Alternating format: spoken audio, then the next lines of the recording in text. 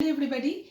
Now I am conducting class 5 social studies class. Again I am repeating, I am conducting now class 5 social studies class.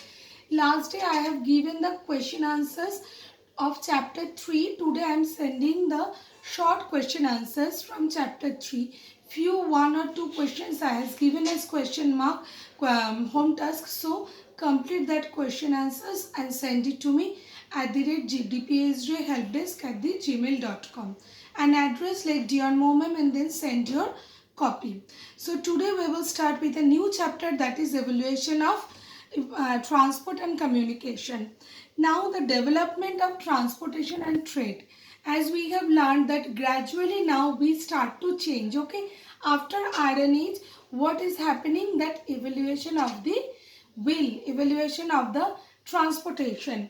Just everybody open page number 35, chapter number 4, development of transport and trade. Everybody look at your book, page number 35, chapter 4, evaluation of transportation and communication. First topic, the wheel. A wheel, hugely important part of our life, was invented about 5,000 years ago.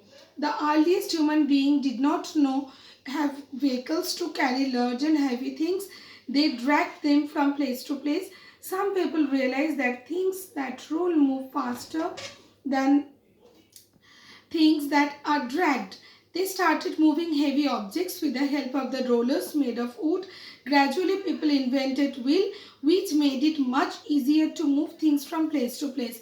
That is very true. When we invented something, like first like people start to roll something, when they get that idea that if we invented something that which will help to move, then it will very easy to move things from one place to another, and that from that conception they ultimately invented wheel, and that is about 5,000 years ago. Now come to the next page.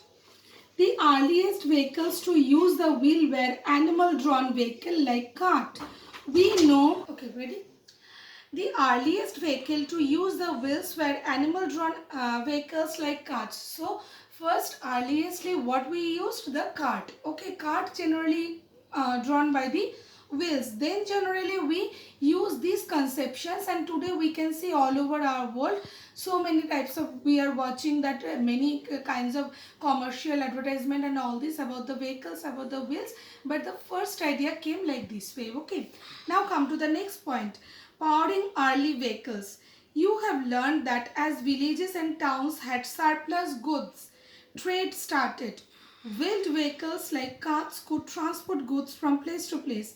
The muscle power of bullocks or horses was used to move the vehicles. Yes, because we know that the power of the muscular power of the horses or the bullocks, it will help the vehicles to move. Okay, it will help the it generally help the vehicles to move, and this power we use as in many kinds of conceptions of the transportation. People also transported goods by water. Boats use the muscle power of rowers, while sailboats use wind power. That is also very important. Wind power also used that time, because trade, the conceptions of trade came in our mind, and as the conception of trade came in our mind, then we generally use these conceptions in many other kinds, okay, other kinds of transportation. Come to the next point, trade with distance places. At first people traded with places that were not too far away, which they could reach easily. As trade grew, people began to travel to more distant places. This trade happened over land and by sea. As means of transport improved, trade grew. That means, just look at this point. Here it is prominently informed that trade grew, people began to travel more distance places, because when trade grew economically, if you will be fertile, then what will be your motto? To expand your trade, and for this expansion they want to expand their trades. How they will expand? They use these kinds of conceptions, and from these kinds of conceptions they continuously expand their wings of the trade. Okay, and like that they use the transportation mode. It may be the cart, it may be in waterway, it may be in the landways.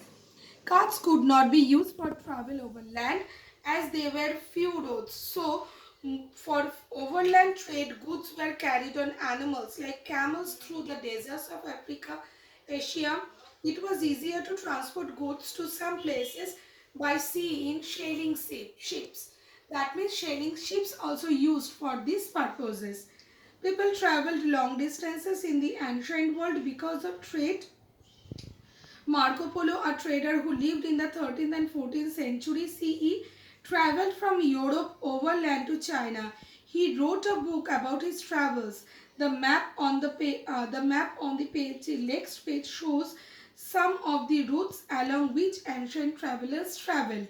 So now the conception of trade can generally explained, and how it explained like not using only the landways.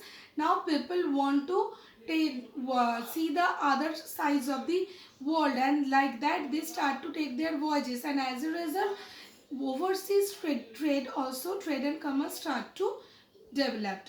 And this is the most important information we got from the great traveler Marco Polo. Okay, so today we have learned up to this these two pages, page number 35 and 36, and you will learn these two pages very carefully. Next day we will describe page number 37, 38 and 39, and we will discuss the rest of the pages, that how trade and communication from that era to today, how it continuously developed. Okay, so learn this topic carefully. If you have any kind of doubt, inform me through dpsjhelpdesk@gmail.com, and also click the down link because the short question answers from chapter 3 I have given over there. Note down and send it to me. Stay tuned. Bye bye.